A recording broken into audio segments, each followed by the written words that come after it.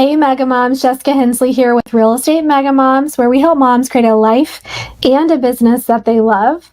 And we have kind of an interesting topic today. Stefanie Stockberger, my partner here, we were just talking about why real estate doesn't matter.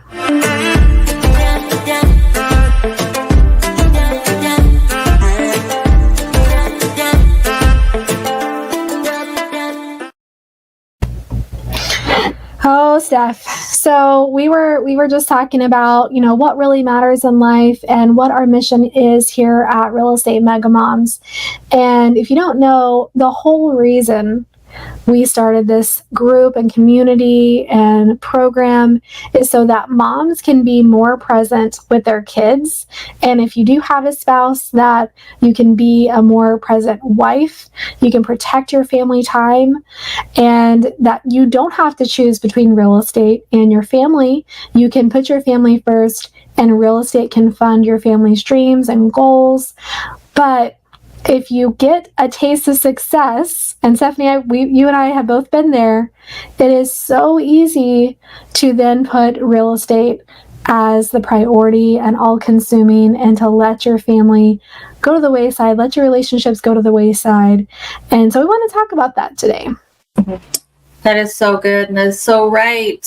I think I've hit that time a couple times in my career, and you're right, it is all-consuming, and not even just financially, but I think a little bit of ego. Yeah. You just start feeling it. You're just like, oh, I'm good at something. People need me for something. You feel, empowered. You're knowledgeable. Everyone wants to feel that. And you can say you don't need to, but you do. I mean, and it's good. You need to feel needed. And I think that once you start feeling that, it is easy to lose yourself in it. And all of a sudden, your kiddos, maybe you need to start to want more daycare than you used to, or you start to put that supper with your husband that you used to go on dates with every week aside. Maybe we don't need to do every week.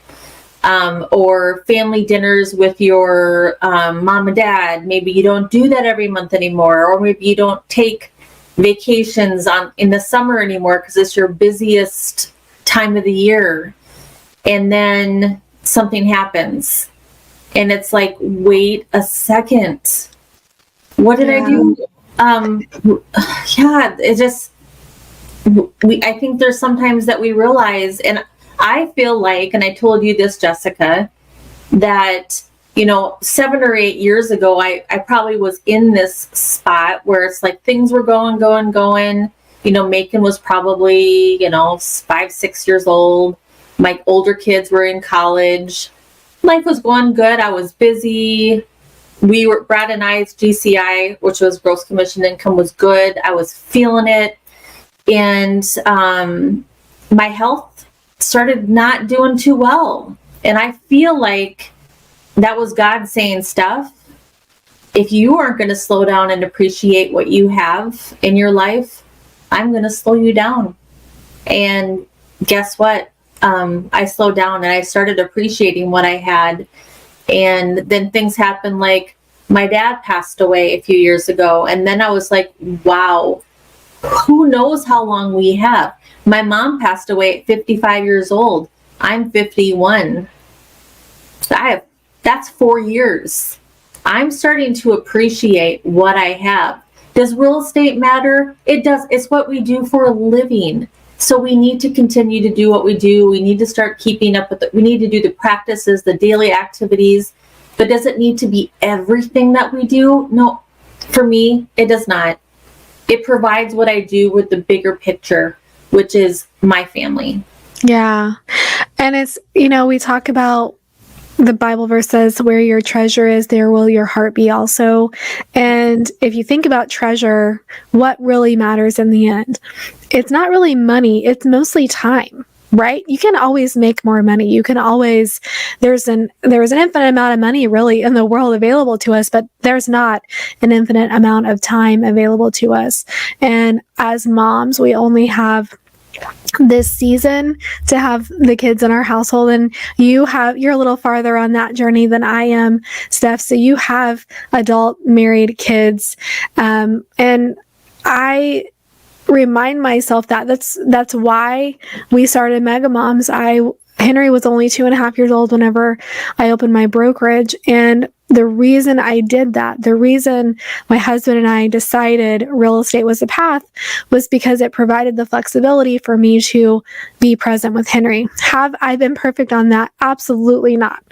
Absolutely not. My heart was there. I wanted, to spend time with Henry, but I will be the first to admit, when you are doing real estate and you are seeing success and you have a lot of transactions, it's so easy for it to become all consuming.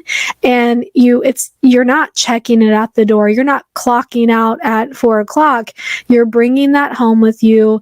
You're bringing the baggage home with you if you're not careful. And we talk about this in our courses and the students that we coach, of setting those boundaries. The conversation can wait till tomorrow. I have one older gentleman that I'm working with right now, and he's very kind, bless his heart, but he will call me at like 7-8 o'clock at night and 10 times in a row. And so he's like, I really need to talk to you. And most of the time it's something that wasn't urgent, that could definitely wait. And so what I do is I actually don't answer, and I call him the next day, and he accepts that. And so I don't like doing that, but he's been made aware of, this is when I'm available, and here's what the next step is. This is what we're doing. And if he chooses not to respect that, I don't have to allow him in to my space. So if you think of boundaries, think of it like a fence. And maybe you have a gate, right? And someone saying, I want in to your world. I want to go through that fence.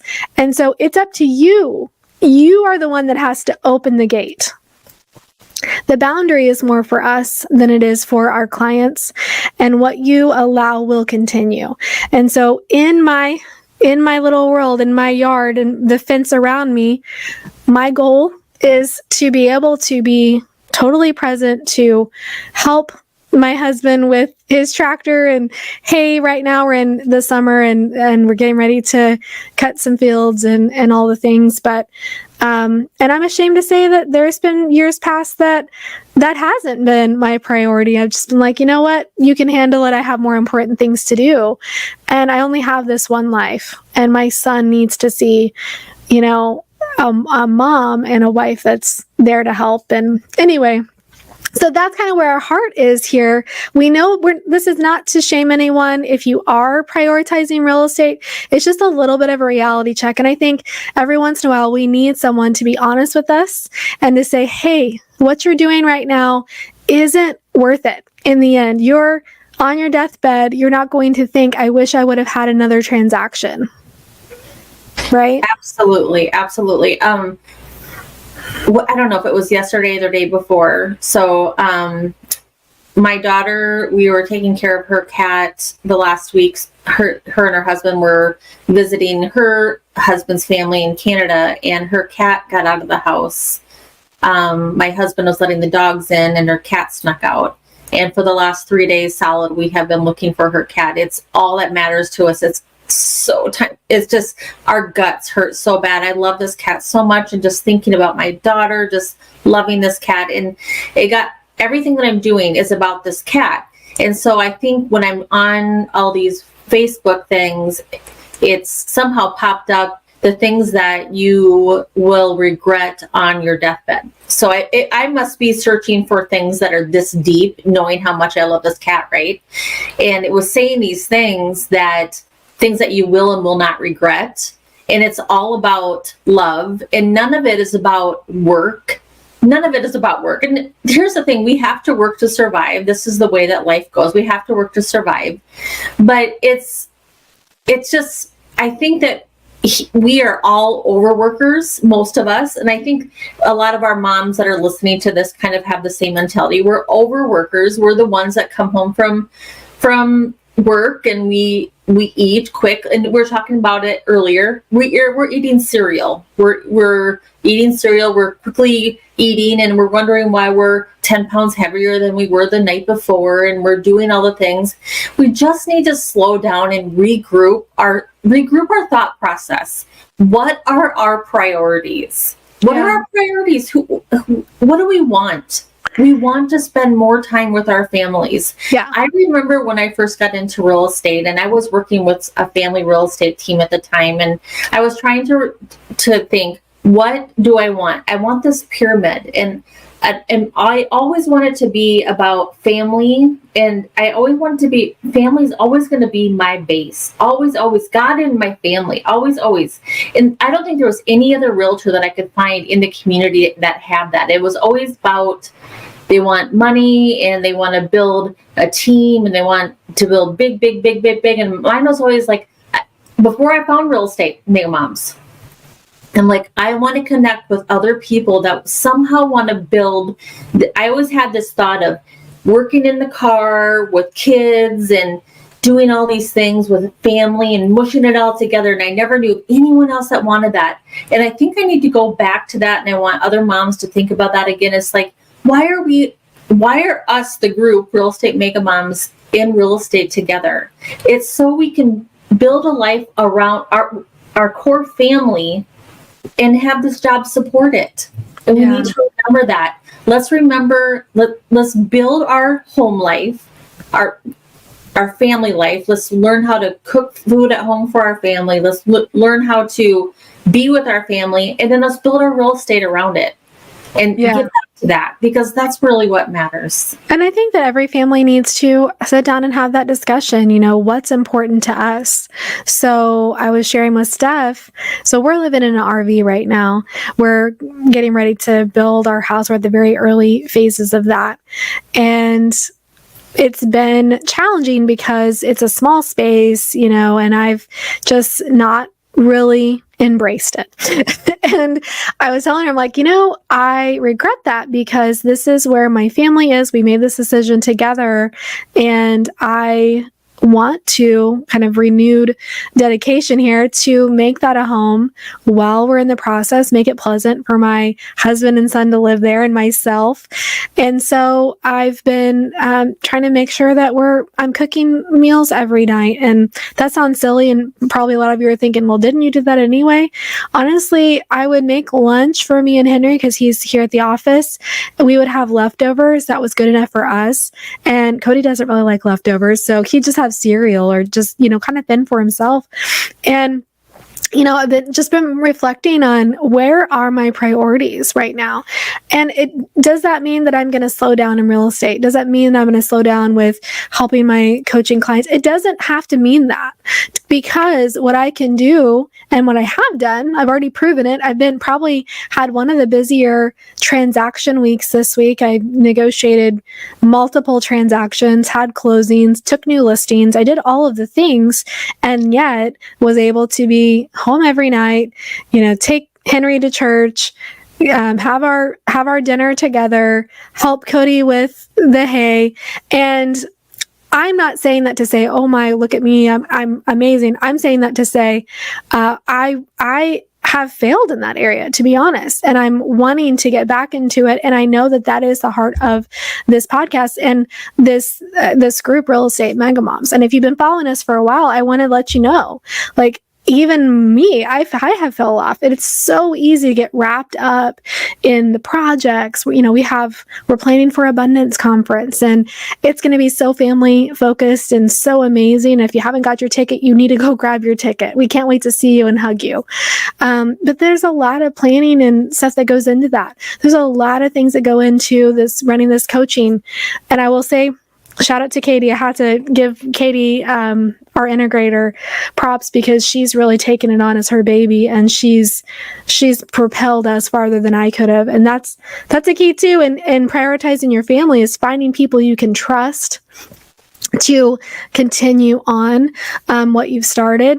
And then with real estate, with my real estate team, we are well over 100. We might be more like 115 transactions under contract or closed from, year to date.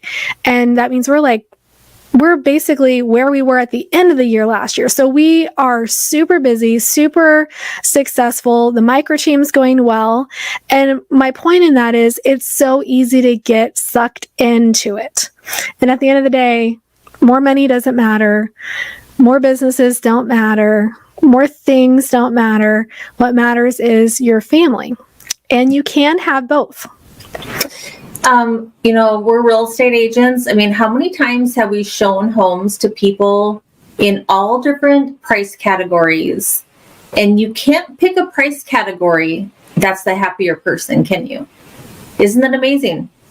It's, we'll show houses to $1 million buyers, and we'll show houses to $200,000 buyers. And it's like, which one's happier? Is the $1 million buyer happier than the $200,000? Never thought about that. I never thought about that. I think about it all the time. Every time I'm showing a certain buyer price range, and I'm like, everyone still has troubles. Everyone still has the same dynamics. Everyone still has parents or had parents that maybe they're taking care of. Maybe they're in the sandwich generation. It's all dynamics. And you can look at celebrities for that too, right? How many celebrities have so much money and have major life problems? We want to trade places with them. Problems. We are still people. And so, one thing I always thought too when I was younger is that I had to be perfect. I had to not ever tell anyone that I had issues or problems, or I had to appear perfect. I never could say who I was. And that the older that I'm getting, it's just no, I do have things and whatever. And it's a relief not to pretend like I'm always perfect. And I don't know why I always thought I had to, but people are people. We're human beings. We have issues. It's okay to just be a person and a human being. And we're going to have things. And you don't always have to be perfect. And you don't always have to be the best. You don't always have to have the award. You don't have to kill yourself to do it. And you can take care of your family first before you get the award. If it comes down to that, it's going to be okay. And I think that we get that in our head about being perfect or getting the award because we're tying our value to that.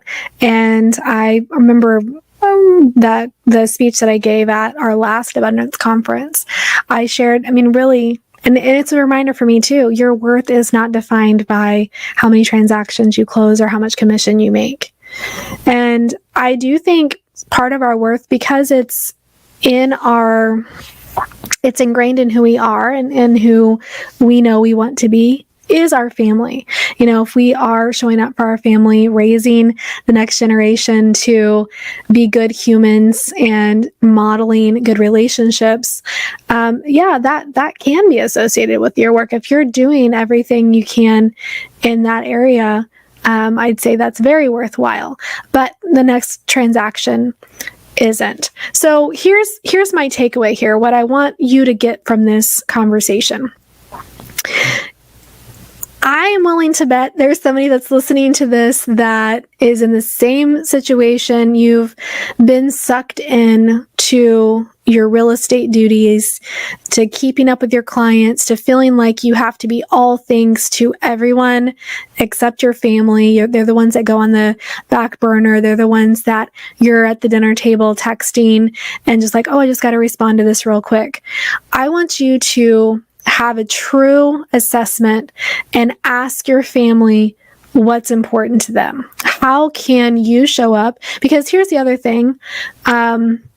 We can only control ourselves, right? You can only control how you show up in your relationship. And I do believe that the wife and the mom kind of sets the tone for the household. And if you come home all stressed and, irritated and you had, oh my gosh, I'm running all over the place, right? You're going to create stress and anxiety within your household. So ask your family, how can I show up here to better serve my family? What is important to us? And if that's nightly dinners, if that's going on a walk, if that's phone goes off at 7 p.m., I mean, whatever that is for you. And I'm not setting those boundaries for you. I know there are some nursing mamas that maybe they want to be more available during the day to their babies and they can work more at night. Totally get it. So whatever that is for you, you set the boundaries as a family, and then you start exercising that no muscle. Okay. The no muscle, what I mean by that is you can tell a buyer, no, I'm not available to show you a house 30 minutes before you want to see it at 8 p.m. Right? You can set up systems where your clients know this is when you're available, this is how you book a showing, this is when you're going to hear from me. They will feel better and more served by you when you have a plan and you're leading that relationship, both buyer and seller. And you don't have to take every opportunity that comes your way. If you have somebody that you feel is unrealistic, they're not willing to work with you, they're not willing to take your advice, it's okay for you to say, you know what, we're not going to be a good fit, and have them work somewhere else.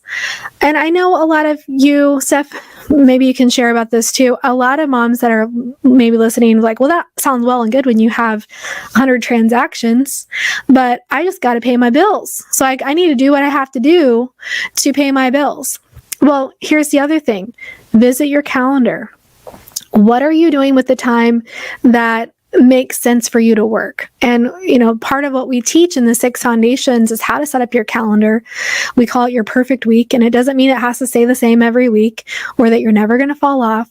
But your perfect week is where you can make 100,000 in a year and you can work while your kids are in school. So between the hours of 9 and 3, and maybe there's an occasional evening appointment or occasional Saturday appointment, but I know you can do this. I know you can because I have structured my business this way.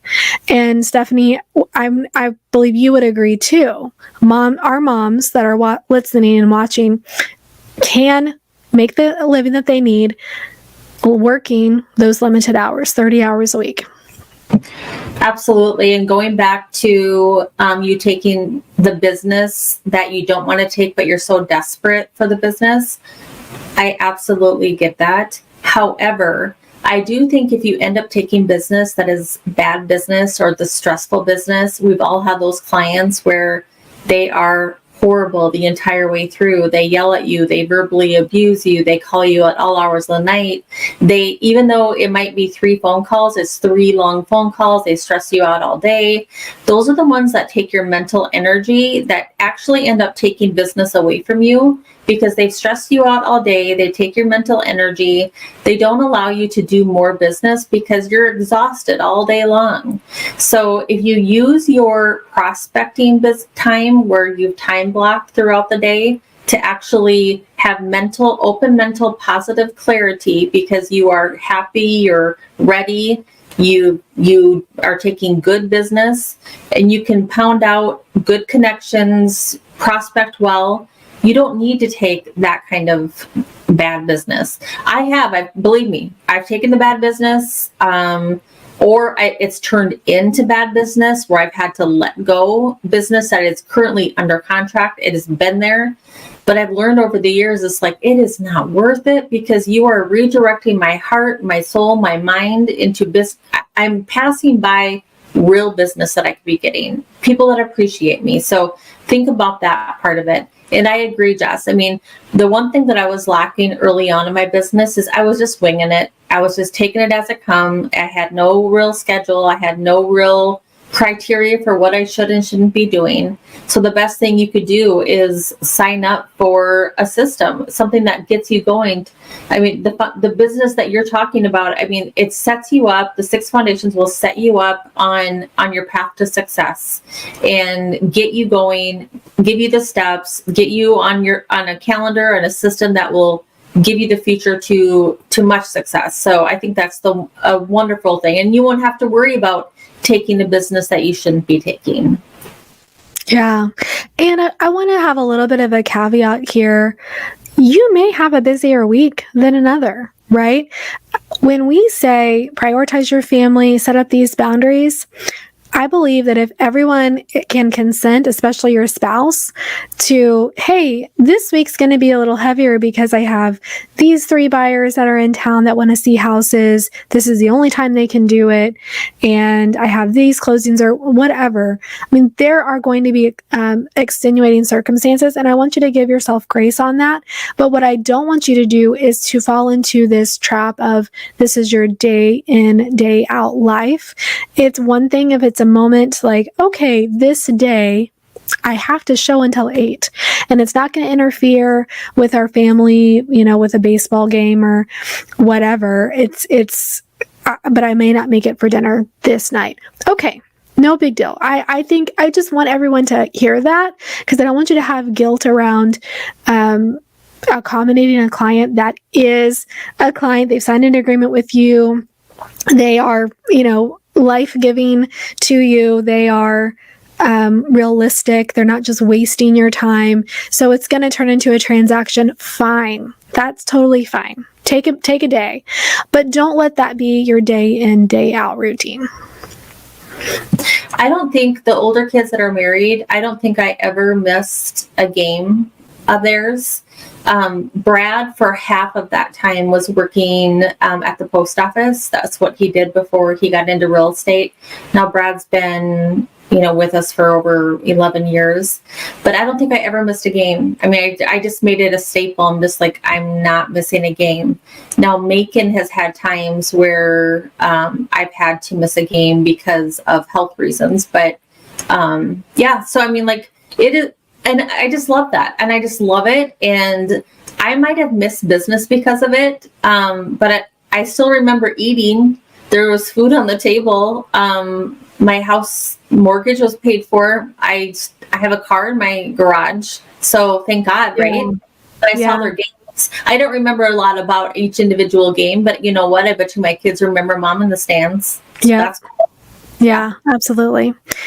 All right. Well, moms, that's all we have time for today. Hopefully you took something away from this and are encouraged, and maybe you too will have a little renewed strategy for your family.